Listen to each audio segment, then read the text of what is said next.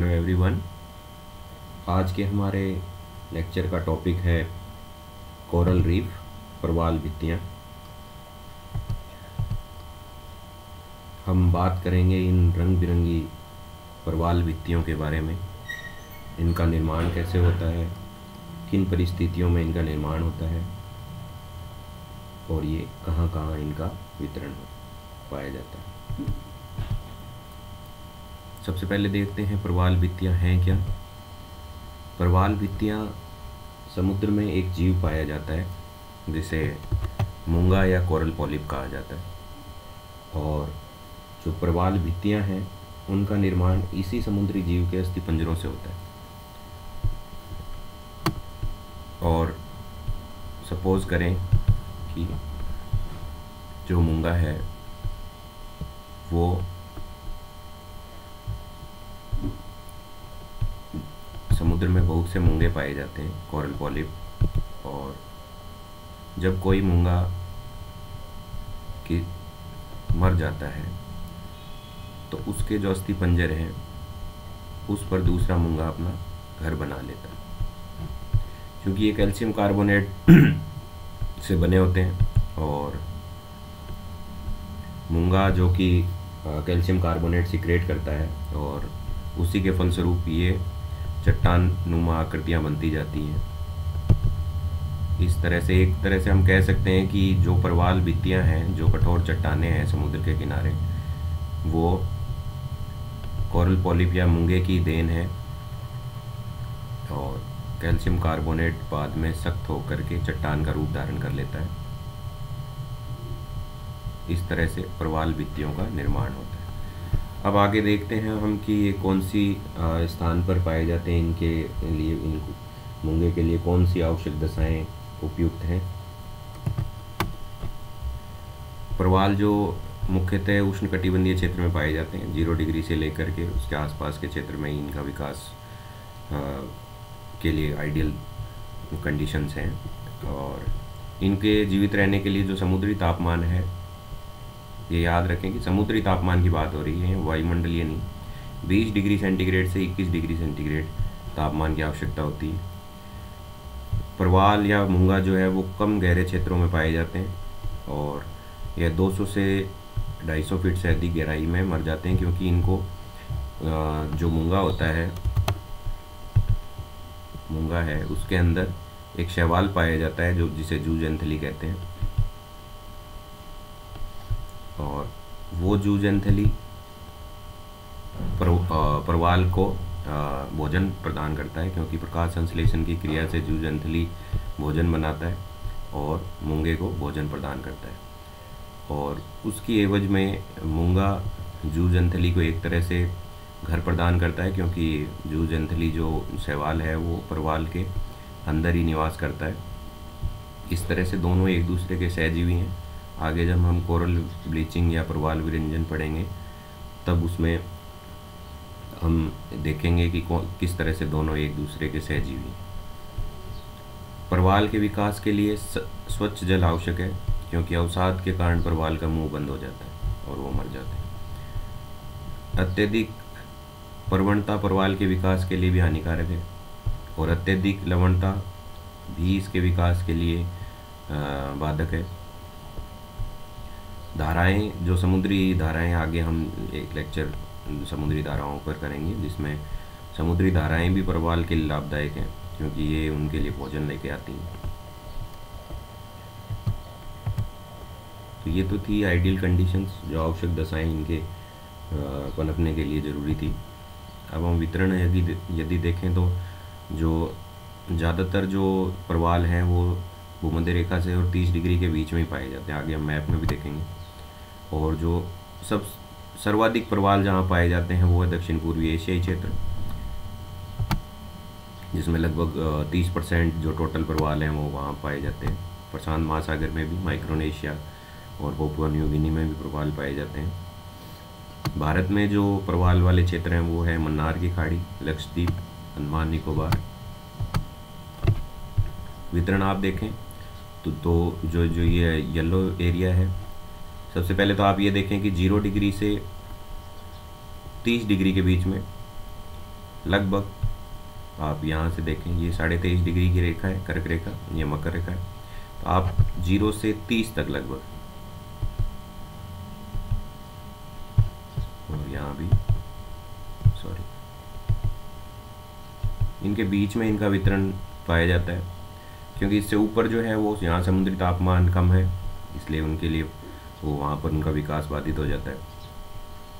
तो ये जो एरिया है येलो वाला, रेड सी वाला और वेस्टर्न ऑस्ट्रेलिया, अटलांटिक, इन क्षेत्रों में प्रवाल पाए जाते हैं, और वो टोटल के 30% जो हैं वो प्रवाल इस क्षेत्र में पाए जाते हैं। प्रकार की बात करें तो प्रवाल जो हैं वो प्रवाल भित्तियाँ, 3 प्रकार की प्रवाल भित्तियाँ होती हैं। पहली है तटीय प्रवाल भित्ति, सबसे पहले इसी को देखते हैं। ये जो पहला डायग्राम है वो तटीय प्रवाल भित्ति का है। इसमें होता ये है कि ये जो यहाँ से समुद्र का बीच शुरू होता है, और इस बीच के सहारे यहाँ जो रीफ का प्लेटफॉर्म है, यहाँ पर जैसा कि मैंने पहले बताया था कि जो मूंगा है या कोरल पॉलिप है, वो कोई भी मूंगा मर जाता है तो उसके अस्थिपंजरों से चट्टानों, ये प्रवाल भित्तियों का निर्माण शुरू हो जाता है, और उसके ऊपर एक के ऊपर एक और कैल्शियम कार्बोनेट की परत बन जाती, इस तरह से एक हार्ड लेयर बन जाती, और वही बाद में प्रवाल भित्ति का रूप धारण कर लेती है। अब इसमें स्थिति के अनुसार इसको 3 भागों में बांटा है। पहली स्थिति ये है कि जब तट के बिल्कुल पास में है, बिल्कुल तट से सटकर जब प्रवाल यहाँ जमा होगा तो इसे तटीय प्रवाल भित्ति कहते हैं, क्योंकि तट के पास में है इसलिए तटीय प्रवाल भित्ति। दूसरा जो पॉइंट है वो है बैरियर रीफ। इसमें थोड़ा फ़र्क ये है कि यह थोड़ी दूरी के बाद में, एक यहाँ पर थोड़ा गैप रहेगा, यहाँ थोड़ा छिछला पानी रहेगा जिसे लैगून, झील भी कहते हैं। इसके बाद में यहाँ पर थोड़ा यहाँ पर जा कर के एक ऐसे यहाँ ऊपर कर, जो कि पानी से ऊपर उठा हुआ भाग दिखेगा, और यहाँ पर गैप रहेगा, यहाँ इस तट और इस भित्ति के बीच में यहाँ पर गैप रहता है, जैसा कि आप, और इस तरह की आकृतियों को बैरियर रीफ कहते हैं, क्योंकि ये एक तरह से इस जल के आगे जाने के लिए या इस जल के इधर आने के लिए अवरोधक है। यहाँ पर ये ऐसे एक अवरोधक का काम करता है, और इस तरह का उदाहरण जो है वो ग्रेट बैरियर रीफ ऑस्ट्रेलिया के पूर्वी तट पर है। यहाँ पर ये उभर कर आता है और यहाँ एक गैप रहता है, यानी तट शुरू हुआ, उसके बाद में छिछला पानी या लैगून आएगी, उसके बाद में ये आपको उठा हुआ भाग मिलेगा जो प्रवाल भित्ति से बना है। तो इस तरह की भित्ति को प्रवाल रोधिकाएं या बैरियर रीफ कहते हैं। इसका उदाहरण आप देख सकते हैं, ग्रेट बैरियर रीफ। और तीसरा जो उदाहरण है वो है अटोल्स का। ये किसी द्वीप के या तट को प्रवाल भित्तियों से चारों तरफ से घेरे हुए होते हैं, या प्राचीन काल में कोई वोल्केनो का विस्फोट हुआ तो उसके चारों तरफ इस तरह से एक रिंग की नुमा आकृति बना लेते हैं ये भित्तियाँ। तो और इन्हीं पर जो ताड़ के वृक्ष भी उग जाते हैं। तो जो लक्षद्वीप है हमारा, वहाँ पर एटोल्स, जो लक्षद्वीप के जो द्वीप हैं वो सारे एटोल्स द्वीप हैं। ये तीसरा प्रकार था। तो ये तो थे कोरल रीफ्स के प्रकार, किस तरह से 3 तरह की भित्तियाँ, इनके प्रकार इस आधार पर बांटे गए हैं कि उनका निर्माण किस स्थान पर होता है। जैसे ये समुद्र के तट के पास में है तो तटीय प्रवाल भित्ति, थोड़ी दूरी पर जाकर है तो बैरियर रीफ, और वलयनुमा आकृति है तो उसे एटोल्स।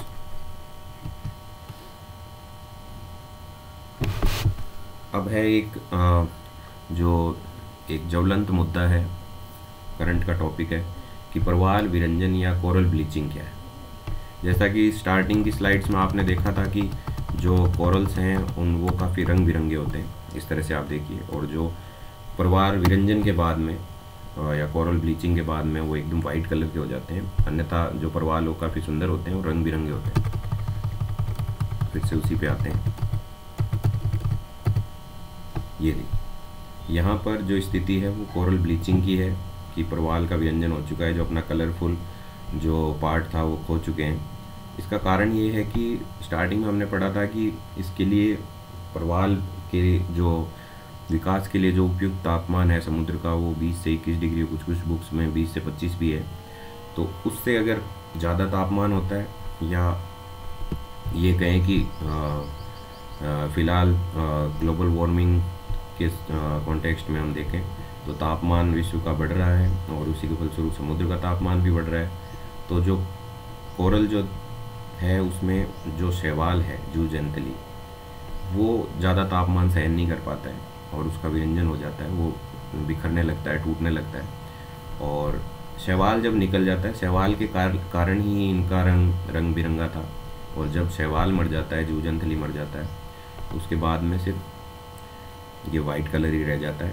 तो पृथ्वी का तापमान बढ़ने के कारण जो कोरल हैं अपना रंग छोड़ रहे हैं और इसके फलस्वरूप ही इनका रंग सफ़ेद होता जा रहा है। और जैसा कि मैंने पहले भी बताया था कि सपोज कीजिए कि ये कोरल है और इसके अंदर पहले एक रेड कलर का शैवाल था जूजैंथली, और ये जूजैंथली जो शैवाल है और कोरल है, इसे आप इसको कोरल मानिए, ये पूरा चट्टान है पूरा। और कोरल इस जूजैंथली को घर प्रदान कर रहा है क्योंकि ये इसके अंदर रह रहा था, और प्रकाश संश्लेषण क्रिया से यह शैवाल इसको भोजन प्रदान कर रहा था। तो दोनों एक दूसरे के सहजीवी थे। अब जो कि तापमान बढ़ने से ये शैवाल जो जूजैंथली था वो मर चुका है। इसके मरने के फलस्वरूप भी कोरल का भी कोई अस्तित्व नहीं है। तो दोनों एक दूसरे के सहजीवी हैं और दोनों में प्रकृति के संतुलन इसलिए ज़रूरी है कि तापमान नहीं बढ़ना चाहिए, अन्यथा कोरल भी मर जाएगा और जूजैंथली भी नष्ट हो जाएगा। इसी के कारण प्रेजेंट में ये स्थिति पैदा हुई कोरल ब्लीचिंग की। आगे के लेक्चर में हम समुद्री धाराएं पढ़ेंगे। धन्यवाद।